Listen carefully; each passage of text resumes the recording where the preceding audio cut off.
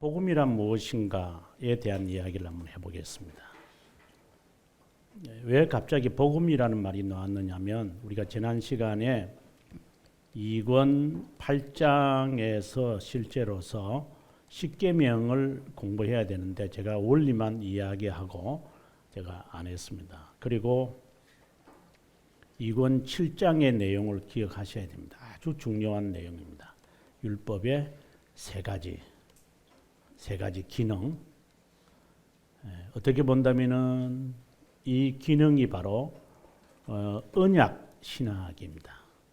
언약 신앙의 시작이라고 저는 봅니다. 특별히 2권 6장 2항에 가보면 언약이라는 단어가 처음으로 나옵니다.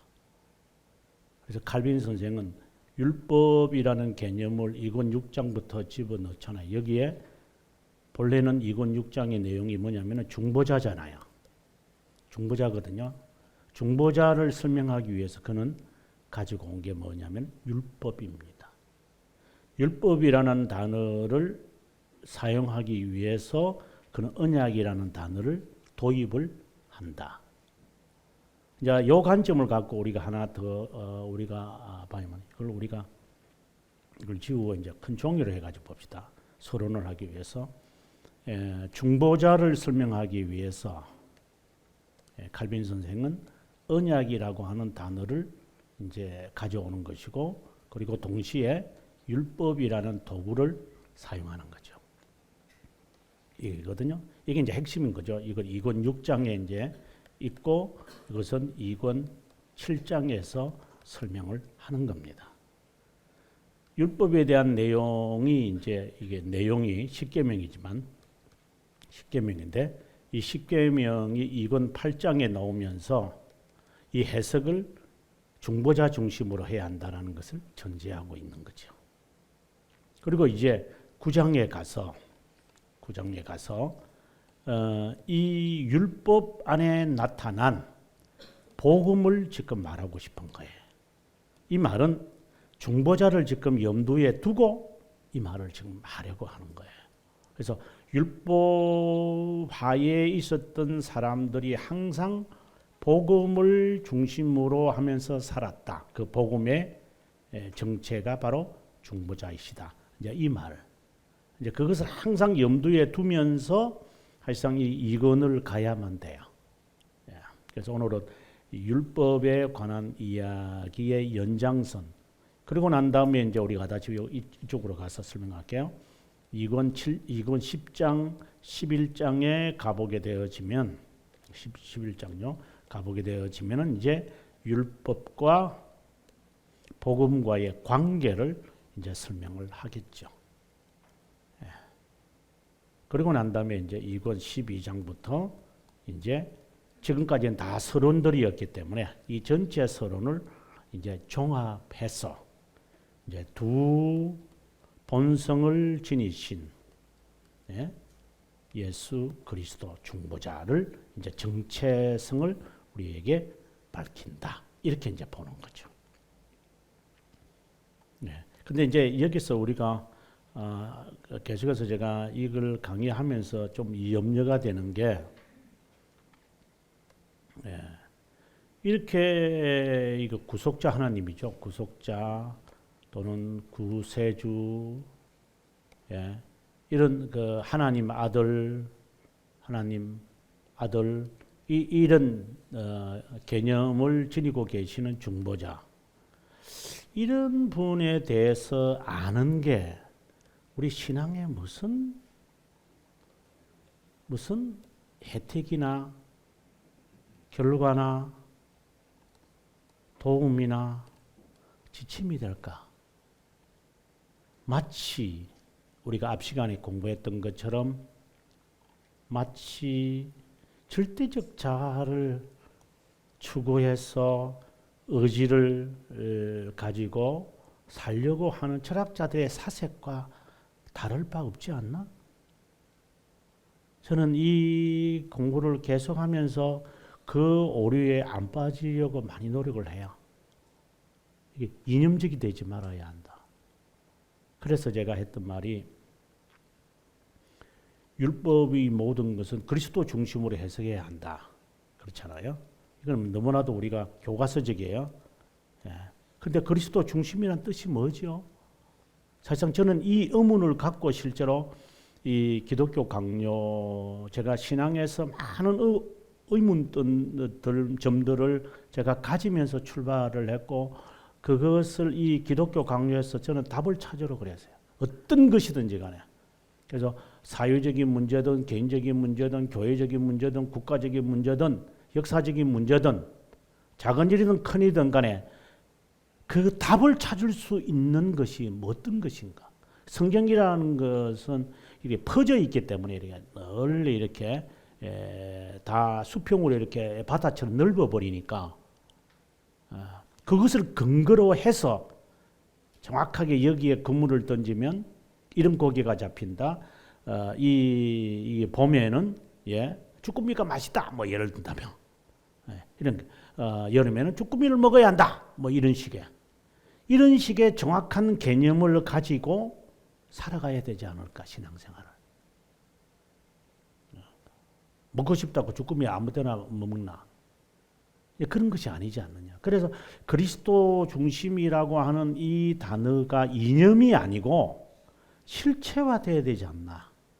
그런 고민을 사실상 했댔고 그 고민에 대한 답에서 칼빈이 하는 말이 그리스도 중심이란 그리스도의 순종을 따라하겠다라고 하는 것임을. 그래서 항상 이 순종이라고 하는 것이 거기에 따라 나오는 거죠. 근데 내가 순종해야 되는 힘은 어디서 나오나? 우리가 쇼펜하우어가 하는 말대로 그렇게 하고 싶다는 이 의지만 움직이면 사람은 행동하는 거니까. 그러나 그 힘은 어디서 나오나? 철학자들이 하는 것처럼 해야 되나? 그건 아니잖아요. 그러면 성령의 능력으로 받는다 그래요. 그리고 말 잘하잖아요. 성령 받으려면 기도하고 막 능력 받고 막 그냥 하면 된다. 정말 철학기도 많이 했거든요. 20대 때 정말 기도 생활 뭐 상대적인 이야기, 절대적인 이야기가 아니고 정말 많이 했어요. 책도 정말 많이 읽었고 대안이 없어요. 허무해요. 왜? 내가 안 변하니까. 내가 안 변하는데 뭐 허무한 거죠. 그래서 루터의 고민처럼 교회에서 하라는 거 정말 열심히 다 했어요. 열심히 더 이상을 했어요. 그러나 나는 이 안에서의 허전함이 그대로 있는 것을 제 스스로가 많이 발견했죠. 그걸 어디서 답 찾아야 돼요? 그래서 닥치는 대로 책을 읽었던 거죠. 좋은 책이라면, 신앙에 도움이 되는 책이라면 다 읽어봐야 되니까. 그때 당시로서는 이제 번역된 것만이겠죠. 제가 뭐 영어를 잘하는 것도 아니었어요. 답이 없어요. 그때 이제 비로소 이제 대학교 3학년 때부터 이제 기독교 강요를 읽으면서 아주 희미하게 저를 이렇게 섬광처럼 하나에 탁탁 이렇게 와닿아지는, 이 책을 내가 한번 탐구해야 되겠다. 이렇게 해서 이제 실제로 대학 3학년 때부터 희미하게나마 한 번 읽고 두 번 읽고 이래 된 게 지금까지 이제 오게 되어지는데, 저는 이 안에 성경적이기 때문에, 역사적이기 때문에, 신학적이기 때문에 이 안에 답이 있다고 저는 확신하는 거죠. 그래서 지금 방금 다 숙지를 한 것처럼 성령이 그러면 역사하면 다 된다. 맞아요. 이거 틀린 말 아니에요. 그럼 성령은 어떻게 역사하시는데? 성령은 하나님으로 보나? 아니면 그냥 판탐으로 보나? 이게 팬터니가. 그냥 잡신이가. 내가 부르면 오나? 성령은. 주여 하면 성령이 그냥 막 로켓 타고 샥 와가지고 나를 도와주나? 아니잖아요. 그런 식의 하나님에 대한 개념을 가지면 안 되잖아요. 이 말은 맞지요. 성령이 도와주셔서 우리가 힘을 얻고 소년이라도 자빠지지만, 장정이라도 넘어지지만 주님을 앙모하면 된다. 그 말은 그건 진리니까. 근데 그 성령의 역사에 그분이 어떤 분인지도 모르면서 세상 머리에는 잡심처럼 생각하고 있으면서 그걸 성령이라고 말하면서 마치 성령이 나에게 준 힘인 줄 착각 속에 막 지내면서 좌충우돌하고. 너무 안타깝죠. 그래서 성령은 하나님이시구나. 하나님에 대한 내 자세가 분명해야 되겠구나. 하나님이기 때문에 내가 부른다고 오시는 분은 아니구나. 내가 열심히 한다고 해서 그분이 감동받는 것도 아니구나. 그는 완전하신 분이니까. 그러면 그분의 말씀에 하나의 말씀이라도 그 권위를 인정하고 따르는 것이구나. 그 모본을 그리스도에게서 찾아야 되겠구나. 흉내내지 말고 그분에 대한 이야기를 이렇게 하나하나 언급을 하면서 배우면서 나에게 덮여져 있는 이 거짓된 겁질들을 벗겨내면서 내 본연을 알게 되어지고 그 본연 속에서 정나하게 내 자신을 보니까 그분의 모습을 따르기 위하여 그냥 포기하자.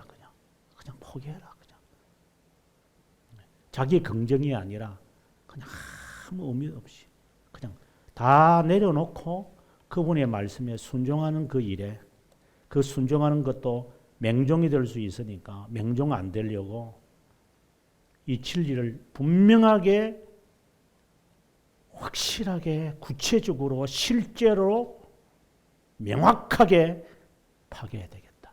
하도 이용하는 자들이 너무나 많아서 안 속고 싶어요. 그래서 공부하게 되어졌고 여러분에게 가르쳐야 되겠다고 생각이 드는 거죠. 아무튼 그런 것이 저에게 지금도 있고 앞으로도 있을 거예요. 어쨌든 세속적이지 않을 수 없죠. 저 자신도 뭐 타락한 인간이니까. 하지만 그걸 파악하려고 노력을 하는 사람들 가운데 한 사람이다. 이런. 자, 아무튼 지금 우리가 복음에 이제 들어갈 때 한 핵심인 중보자 이 개념을 항상 기억하면서 이렇게 전개하고 있다는 것을 알면서 단순히 이념적으로만 갖고 있지 마라. 이런 이제 생각을 하면서 이제 오늘 본문으로 하나하나 들어가도록 하겠습니다. 이렇게 읽어가는 이 자체가 그리스도를 알아가는 하나의 저는 스텝 바이 스텝이라고 저는 봐요. 이 자체를 무시하면 안 돼요. 건너뛰면 안 되고 하나하나 돌다리 두들겨 가면서 딱딱딱딱 하면서 접어가야지. 설 읽은 것처럼 안다 하고 넘어가면 그 사람 실수하는 거예요. 먼저 이 내용은 59년의 사판이죠. 첨가된 내용이다. 신구약 성경의 관계를 말하고자 했던 것이다. 언약 용어, 언약 내에 언약이라는 단어가 딱 떠오르면 항상 여러분 떠올려야 되는 게 있어요. 언약한 단어가 나오면 선택자와 관련돼 있는 것. 그래서 제가 지금 하나 보여드리고 싶은데 그 소교리 문답 20문과 소교리 문답, 대교리 문답 그 32문 같은데 한번 비춰주실래요? 소교리 문답. 자, 이걸 보시면 소교리 문답 은혜 언약에 대한 이야기를 지금 하는데 이게 한번 볼까요? 하나님은 영원해서 정말 중요한 말이는 순전하고 선한 기쁨으로부터 이게 이제 예정을 말하는 거잖아요. 예정의 원인이 뭐예요? 하나님의 good will이다. 제가 늘 강조하는 good will, good pleasure. 그거에서부터 일부를 영원에서 이루어진 거예요. 선택하신 후에 죄와 비참에 빠져 있는 그들을 위해 구속자, 언약을 맺었다. 그래 항상 선택과 관련이 있어요. 그 다음에 대교리 문답을 한번 볼까요?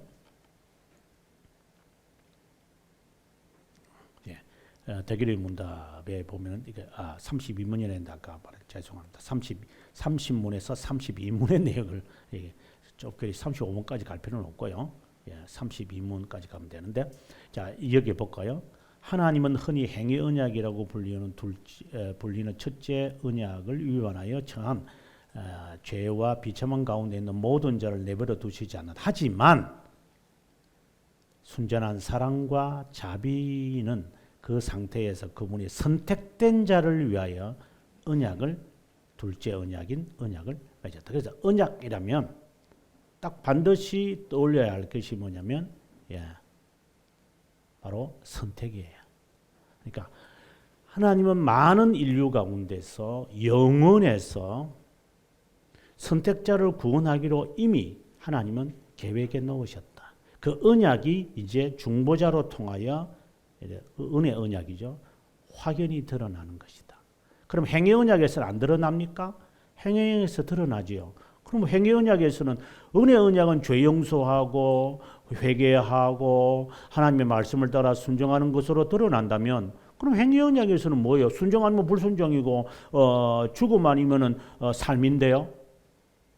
네, 그렇게 생각하면 안 되죠. 행위 언약에서는 순종을 우리에게 말하는. 그래서 행위 언약은 폐기된 것이 아닌 것이죠.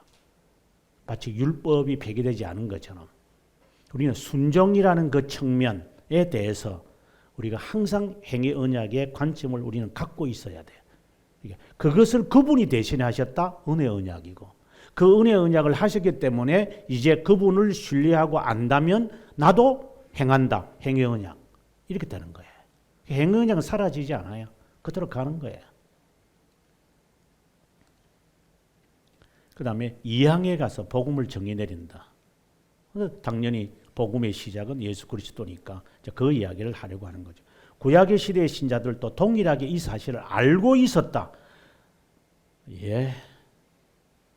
어느 정도 율법에 나타난 그리스도에 대하여 약하게 알고 있었다 하더라도 약하게 알아도 이거는 이제 제가 쓴 내용입니다. 이거는 칼빈이 쓴 내용이 아니라 약하게 알고 있어도 정확하게 알고 있었던 거죠. 코어예요, 코어. 많이 알아도 나무의 다리 긁는 게 아니라 정확한 개념으로 희미하게 알고 있었던 것이었다. 그들은 그리스도의 재림을 바라보고 믿으며 살아갔다. 그 다음에 복음을 요약하면 죄들의 용서와 칭의라고 했는데 다른 말로 한다면 이게 아시죠? 회개죠. 그죠? 자, 그러면 다시 한번 정리해 볼게요. 죄들의 용서와 칭의라고 제가 하는 이유는 뭐냐면 복음을 요약하면 본래는 복음을 요약을 하면 죄들의 용서와 회개죠. 근데 칼빈이 3권 3장 1항에서 뭐라고 하느냐면 죄 용서를 무엇과 관련 지느냐면은 칭의와 관련 짓고 회개를 무엇과 관련 지어요? 이신 칭의와 관련을 짓죠. 그래서 이 회개라고 하는 이 말 대신에 제가 칭의를 넣곤 해요, 실제로. 이거는 제가 쓰는 말이죠. 칼빈이 쓴 말이 아니에요. 그 다음에 이제 넘어가서요. 이제 한번 볼까요? 자, 하나님은 속죄와 희생 제물을 통해 아버지심을 증명했다. 선택된 백성을 구별했다. 이것을 통해서 구별했다. 벌써 이제 언약이라는 것을 머리에 염두에 두고 이제 봐야 돼요. 복음을 통해 이것이 명백하게 나타났다.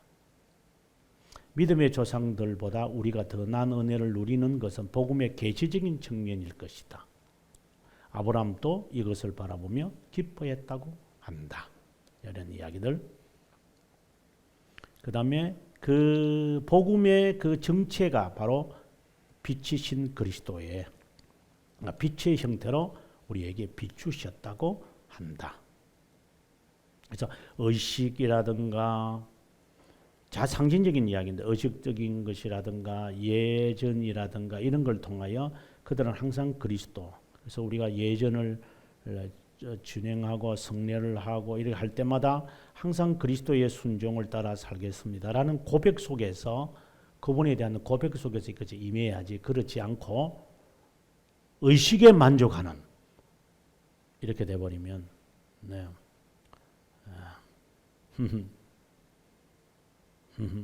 제가 웃는 이유가 뭐 다른 데서 웃는 게 아니라 제가 어느 교회 집회를 뭐 조금에도 제가 집회 조금 무관이고 다음 달에 제가 집회를 가겠지만 어느 교회에 집회들을 가보면요 공통성이 있어요. 교수님 몇 시부터 몇 시까지 설교입니다. 요 안에 맞춰주세요. 저보고 시간 정해줘요. 겨우 1시간 주면서 1시간 동안 저보고 설교하라고. 어떤 때는 그 너무 고마움죠. 어떤 분들은 25분입니다. 딱 정해줘요. 몇 시부터? 7시부터 시작하면 7시 25분에서 25분 50분에 다 맞춰주셔야 돼요. 정확하게 시간 맞춰야 됩니다. 아니면 이 사람들 이래서 나갑니다. 그러는가 하고 실제로 설교하고 끝나니까 5분 안에 1000명이 싹 하고 빠져나가더라고요.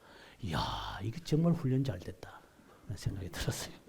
정말 대단한 교회들이다 하는 생각이 들어요. 저는 설교를 하면서도 힘들었고요. 25분이 저는 한 2시간 반인 것 같아요.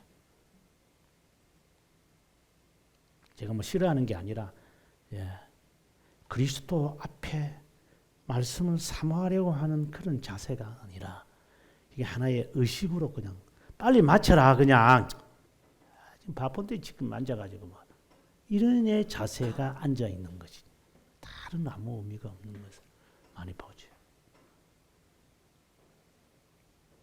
그 다음에 복음에 대한 정의를 내립니다. 복음은 무엇인가? 믿음의 말씀, 아주 중요한, 다른 말로 말하면 믿음에 대한 교리죠. 이게 그죠? Doctrine of Faith라고 하는데 믿음의 말씀, 믿음에 대한 교리입니다. 믿음에 대한 교훈, 믿음에 대한 가르침. 그래서 하나님의 말씀을 요약을 하면은 믿음과 잘 아시죠? 믿음과 순종입니다.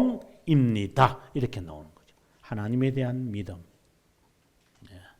자, 하나님께서 자신을 인간과 화해하도록 하는 모든 약속과 율법에 나타나는 그 다음 문장으로 가겠습니다. 죄들의 용서에 대한 모든 이거죠. 복음은 죄들에 대한 모든 약속이 포함되어 있는 것이 믿음의 말씀으로 그래서 믿음과 죄들의 용서를 관련을 지어요. 이제 이것이 여러분 제가 지금 설명을 안 하고 싶은데 복음과 용서는 이해하시겠죠? 이것과 믿음과 무슨 관계가 있는 걸까요? 지금 복음에 대한 정의를 내리면서 이렇게 말하잖아요. 복음이 죄 용서다. 이거는 우리가 이해해요. 그런데 왜 갑작스럽게 앞에서 이 말씀이 쑥 나온가요? 믿음의 말씀으로서 죄들의 용서, 화해, 이거하고 믿음의 말씀이라는 개념하고 무슨 관계가 있는 걸까요? 여기에 아시면 상당한 분이다. 지식을 말하는 게 아니라 진리에 대해서 많이 아시는 분이구나 하는 생각을 해봅니다. 계속해서 가겠습니다. 넓은 의미로 말합시다. 자비함과 부성애. 그래서 앞에서 뭐라고 했냐면 아버지 하나님 이런 말이 자연스럽게 나온 거예요. 더 높은 의미로 말합시다. 그리스도 안에 명시된 은혜의 선포입니다. 다른 말로 말하면 이것을 다른 말로 한다면 언약이 되죠. 언약을 체결하는 겁니다. 이렇게 말할 수도 있고 그 다음에 죄들의 용서에 대한 메시지입니다. 이렇게 말할 수 있겠죠. 이것이 이 내용을 지금 말하고자 하는 게 아니라 이 내용을 말하는 게 아닙니다. 복음은.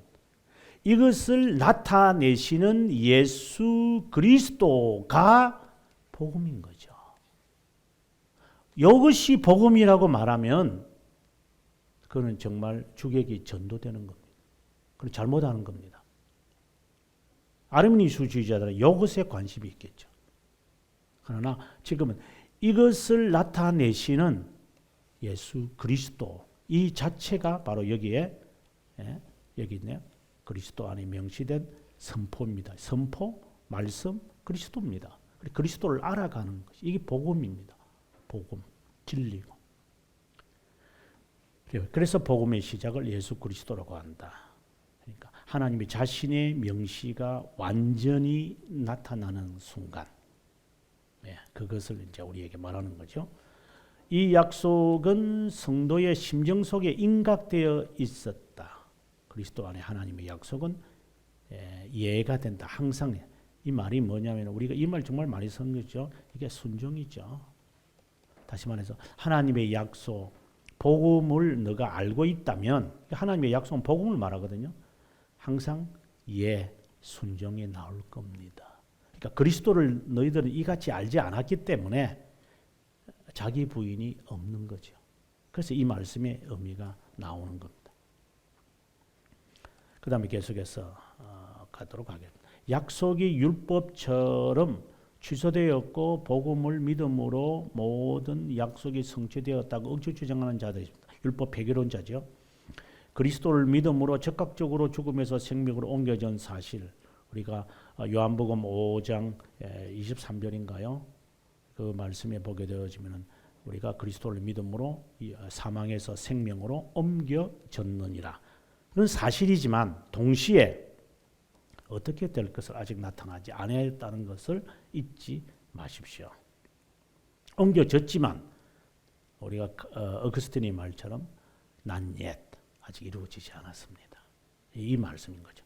그리스도께서 복음 안에서 충만한 영적 혜택을 제한하시지만 우리가 썩어질 육체를 버릴 때, 영광으로 변모될 때 즐길 수 있다. 뭔 말인가요?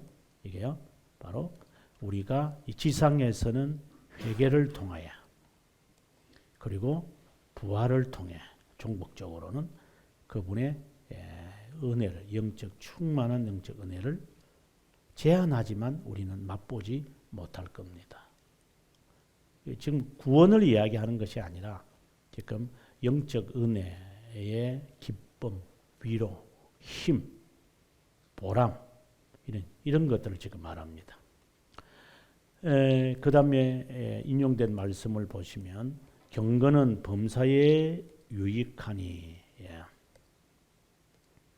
우리 금생과 내생에 약속이 있다. 금생에서도 내생에서도 하나님의 위로와 기쁨, 그리고 보장.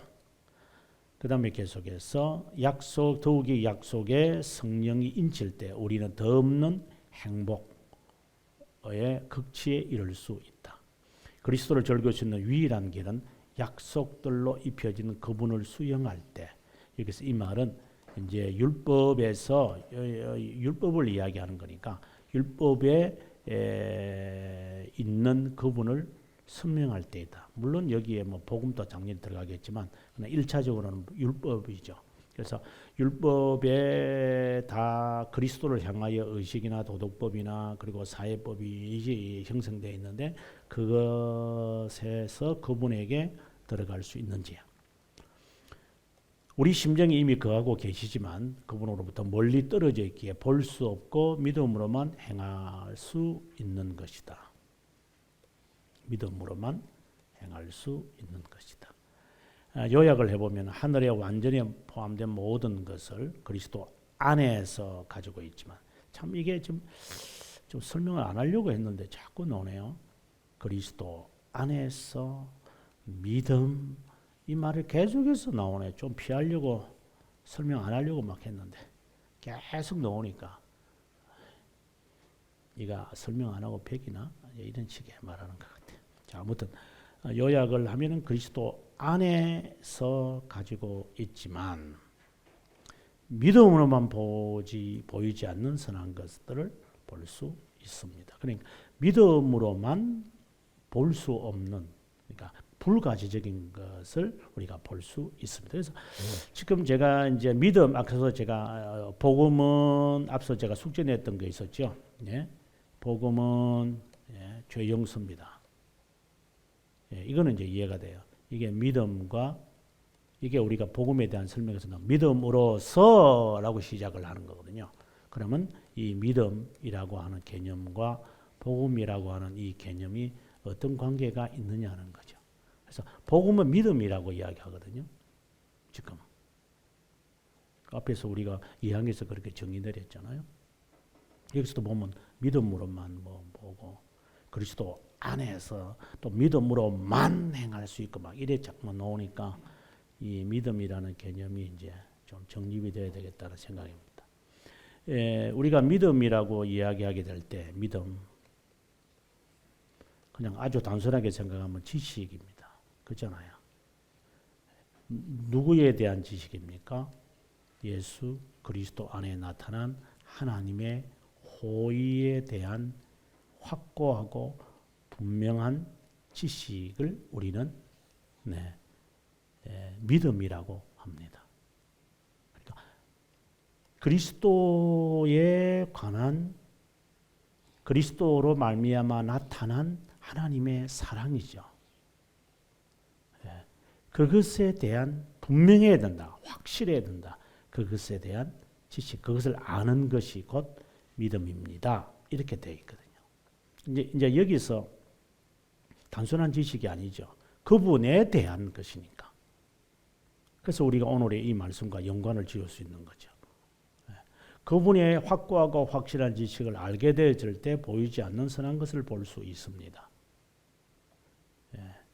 그리고 그 믿음으로만 여기에 있는 말 들어보면 그 믿음으로만 행할 수 있을 뿐입니다. 이런 이제 이야기가 나오죠. 그래서 앞서의 그 복음이라는 이야기를 우리가 본다면 이게 보시면 복음을 정리를 우리가 내린 것을 다시 보면 이제 아마 간단하게 이해할 수 있을 것 같은데요. 보겠습니다. 보면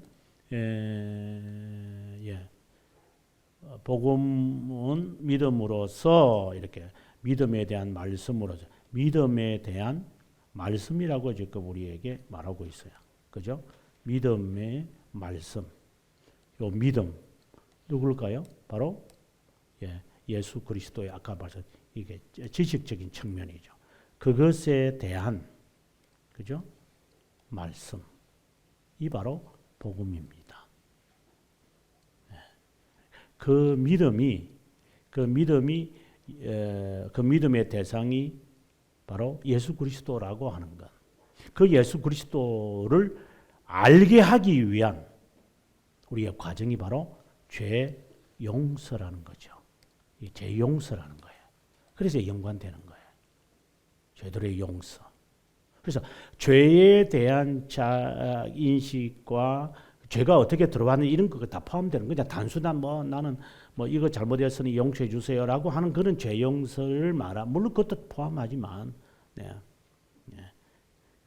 그 죄 용서를 통하여 죄 용서를 하시는 하나님의 은혜, 사역, 그리고 언약, 하나님의 예정 이런 모든 것이 그런 것들을 깨달아지면서 그 일을 수행하신 예수 그리스도가 하나님이셨구나라고 하는 그 지식에 대한 말씀이 바로 복음입니다. 그분을 우리가 믿는 겁니다. 그래서 믿음이라고 하는 이 말이 상당히 흥미있는 이야기인데요. 나중에 이제 벨지카 22항을 꼭 참고하라는 말을 제가 하고 싶은데 믿음이라고 하는 이 말에서 흥미있는 게 최근에 이제 공부하면서 느꼈던 게 뭐냐면 29항에 가보면 이 교회에 관한 이야기예요. 참된 교회와 거짓된 교회 벨지카가. 그런데 제가 분리했던 3번, 2번에 보면 29항 3, 2 이렇게 보면 아니 세상에 교회 설명하면 우리 세 가지로 이렇게 되는데 여기에 딱 가서 뭐라고 짓냐면 참된 신자는 누굴게요? 이 질문이 나와요. 그러니까 교회 안에 들어있는 참된 신자는 누굴까요? 이렇게 말을 해요. 그러니까 이게 믿는 자를 말하는 거예요. 참되게 믿는 자. 그래서 제가 믿음 이야기하려고 끄집어낸 건 참는 신자는 누굴까요? 그리스도를 영접하는 자예요. 이렇게 말해요. 1장 12절의 말씀을 가지고. 그럼 영접한다는 의미는 뭘까요? 그리스도를 하고 네 가지로 설명을 해요. 이 안에서. 그래서 저는 믿음이라고 하는 것을 22항에서 우리가 정의를 내리겠지만 믿음에 대한 또 부가적인 것을 29항 3, 2에서 칼빈 선생이 또 설명하고, 칼빈이 아니라 벨지카 고백서에서 설명하고 있다는 거예요. 자, 그거는 이제 믿음이라는 단어가 나와서 제가 여러분에게 한 번에 돌았는데 나중에 꼭 한번 참고하시기를 바랍니다. 자, 그 다음에 루터파는 율법과 복음 서로 대조가 시키는데 실제는 상반된 것이 아니다. 이 말을 지금 하려고 하는 겁니다. 복음은 단순히 율법을 보조하는 이상이다. 율법 자체를 봐야 한다. 그림자의 실체를 보여합니다. 초보적 단계와 높이하에 있다는 개념이지, 이제 너는 지나갔으니 새 것이다, 이런 개념은 아닙니다. 그 말을 지금 복음과 율법과의 관계를 그렇게 말합니다. 그러면서 이제 누구를 인용하느냐면 세례 요한을 이야기하는 거예요. 복음과 율법 사이에 있었던 세례 요한을 바라봐라. 그 세례 요한에서 볼 수 있는 게 뭐예요? 순종 아니에요? 여러분, 나는 그의 신들매도 감당하지 못한다. 그는 흥하여야 하겠고 나는 쇠하여야. 저는 복음과 율법 사이에 있는 이 세례 요한의 모습이 정말 끝내는 자기가 그렇게 순교하는 가운데, 그러니까 그리스도를, 실체인 그리스도를 그런 눈으로 보고, 그러면서 또 마음의 한구석에서는 완전하게 확신 못해서 오실 거기가 당신이 맞습니까? 라고 말할 정도의, 이게 율법의 한계겠구나. 그래서 천국에서는 가장 작은 자다라고 주님이 말씀하셨구나. 이런 이제 이야기예요. 그래서 세례 요한을 바라보면서 율법과 복음의 차이를 조금이나마 우리가 좀 이해할 수 있지 않을까 싶어서 이제 칼빈이 이것을 인용한 것 같아요. 자, 이제 다음 시간에는 이제 언약에 대한 본질적인 이야기를 이제 하게 되어집니다. 여기에서 우리는 개역 신학은 언약의 신학 또는 신앙이라는 것이 나옵니다. 이 언약이라는 단어가 나오면 반드시 앞서 말씀드렸습니다. 선택과 관련을 가져라. 이것은 바로 예정과 관련이 있습니다. 그래서 예정과 관련이 되지 않으면 언약 신학은 무너지고 맙니다. 어쨌든 그 관점을 가지고 이제 우리가 다음 시간에 아마 10장과 11장을 한꺼번에 우리가 할 것 같아요. 그러면서 신구약이 유사성이고 11장은 차이점이기 때문에 뭐 그렇게 어렵지 않으니까 뭐 제가 설명을 덜해도, 원리를 설명하는 것이 아니라 지금 증거를, 지금 테스티모니를 우리에게 말하는 것이기 때문에 뭐 그렇게 어렵진 않아요. 실제 증거니까. 그래서 그렇게 다음 시간에 정리하도록 하겠습니다. 그럼 기도하겠습니다. 하나님, 저희들에게 복음에 관하여 덮여진 것이 많고 묻힌 것이 많고 섞인 것이 많고 썩은 것이 많고 왜곡된 것이 많고 혼동시키는 일들이 많이 있기에 그 가운데 순전하게 이 복음의 말씀을 전하려고 노력했던 칼빈 선생을 통해 복음에 좀 더 가까이 가려고 합니다. 루터의 고백처럼 자기가 죽지 않으면 그리스도를 볼 수 없다고 하였는데 날마다 자신을 쳐서 복종하며 그분의 순종을 우리의 심정에 새기기 위해 말씀과 그분에 대한 지식인 믿음을 하나씩 하나씩 성장시켜 갈 수 있도록 가르쳐 주시고 배우게 하시고 또한 지키게 하시고 읽게 하시고 묵상하게 하시고 그 말씀에 따라 준수해 가도록 도와주옵소서. 흩어져 있는 여러분들 가정과 일터 위에 주님의 은혜와 위로가 늘 함께 하실 것을 믿사옵고 우리 주 예수 그리스도의 이름으로 기도합니다. 아멘.